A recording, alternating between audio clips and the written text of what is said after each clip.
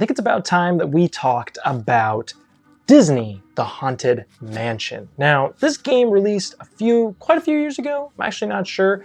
This game it was one of those big surprises when we got it, because honestly, it just looks like a very basic, standard family game. If you look at the back of the box, you're like, okay, this looks like, it just looks so basic, right? And it is actually very standard. It's very, very simple, very nice, good for all ages, so easy to play. However, I don't know what it is about this game. I don't know if it's just maybe me and my wife, but we freaking love this game. I don't know. For some reason, it has this just like, it's so rude. It's a very rude game, even though it's got this like adorable little look to it. So essentially what you got is this board, and all of these different rooms will collect these cards, and more will be placed here at the end of each round as well. There's also the hitchhiking ghosts, and these hitchhiking ghosts are going to be running around the board giving what's called haunt cards to the players. Now the players are only going to ever be in this kind of hallway or in this middle space here. Now this hallway is connected, each of these are connected to one of these rooms, and that's how you can collect some of these cards. These cards are going to all have different ways of scoring at the end of the game, so you're looking for, certain sets of cards sometimes, or maybe just like a pair of cards at times. As these hitchhikers go, which are determined by a random event deck, they're going to be giving players haunt cards.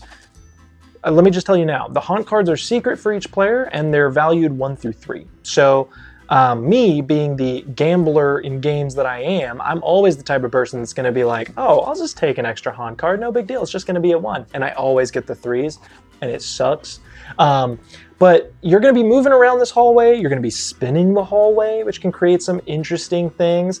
You can go in the middle to discard a haunt card, and then yeah, you're going to be collecting these cards. So what are some of these cards' ways of scoring? I brought out a couple here to show you. So, for example, the brown suit here, when you grab it, you can collect a random ghost card from the top of the deck. That's great, so then you're just getting more ghosts. Or these kind of blue ghosts, they allow you to discard a haunt card when you collect the card, which is nice.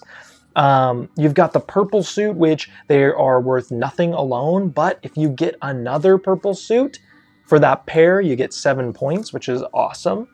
There is, I guess that was the periwinkle suit, because there is an actually purple suit in front of me now. This one gives you 4 points, but you draw a haunt card when you collect it, which is unfortunate. These ones which are just like the, what is this called? The stretching wall. I don't remember. I guess I'm not a true Disney fan. But these have different suits. Basically, if you have 3 other barrels, you're going to get 15 points. But if you have 1 of each of these, you're going to get 18 points. Super fun. Another periwinkle. The green suit here, depending on how many of these green cards you have at the end of the game, you're just going to get a certain number of points. So if you have 3, you're going to get 9 points. If you have 1, you're going to get 1 point. So you're going to be going around the board collecting these. And, maybe you see that your opponent has one and you're like, I want that card. In fact, I need that to collect my particular set over here. Well, you can go to the same space as the other player, and you can start a duel in which you pull out these kind of bidding wheels, and you're each going to bid a certain number of haunt cards. The funniest thing about this whole deal is that no matter how many you put on there, you are definitely going to be gaining that amount. Whoever put the higher amount, though, is going to take the ghost card. If it's a tie, person just keeps it. And so just another way to gain these absolutely terrible haunt cards. Well, once you get to the end of the game, you're going to calculate who has the most haunt. And whoever has the most haunt is going to discard the suit that they have the most of in front of them.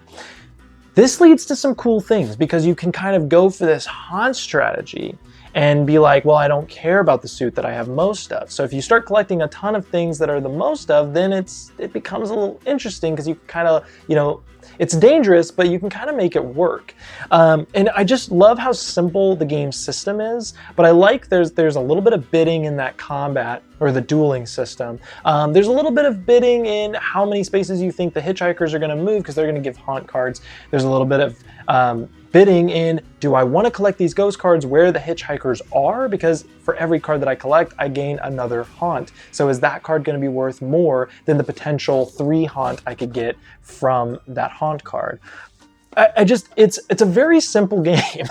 Trust me, I don't know what it is. It's a very simple game, but we just really, really dig this game. We get rowdy. We love playing this game. It works really well at 2-player. It works really well at 4 players. We've loved this game at 2 to 6 players. I have never played this game at 5 or 6, but I would love to try it at 5 or 6. I just found out that it ran up to that many players.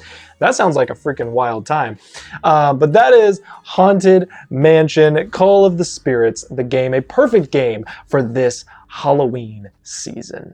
Now, you probably watch this because you like Disney, and if you like Disney, I've got another game recommendation for you. Go ahead and click this link up here, and let's talk about it.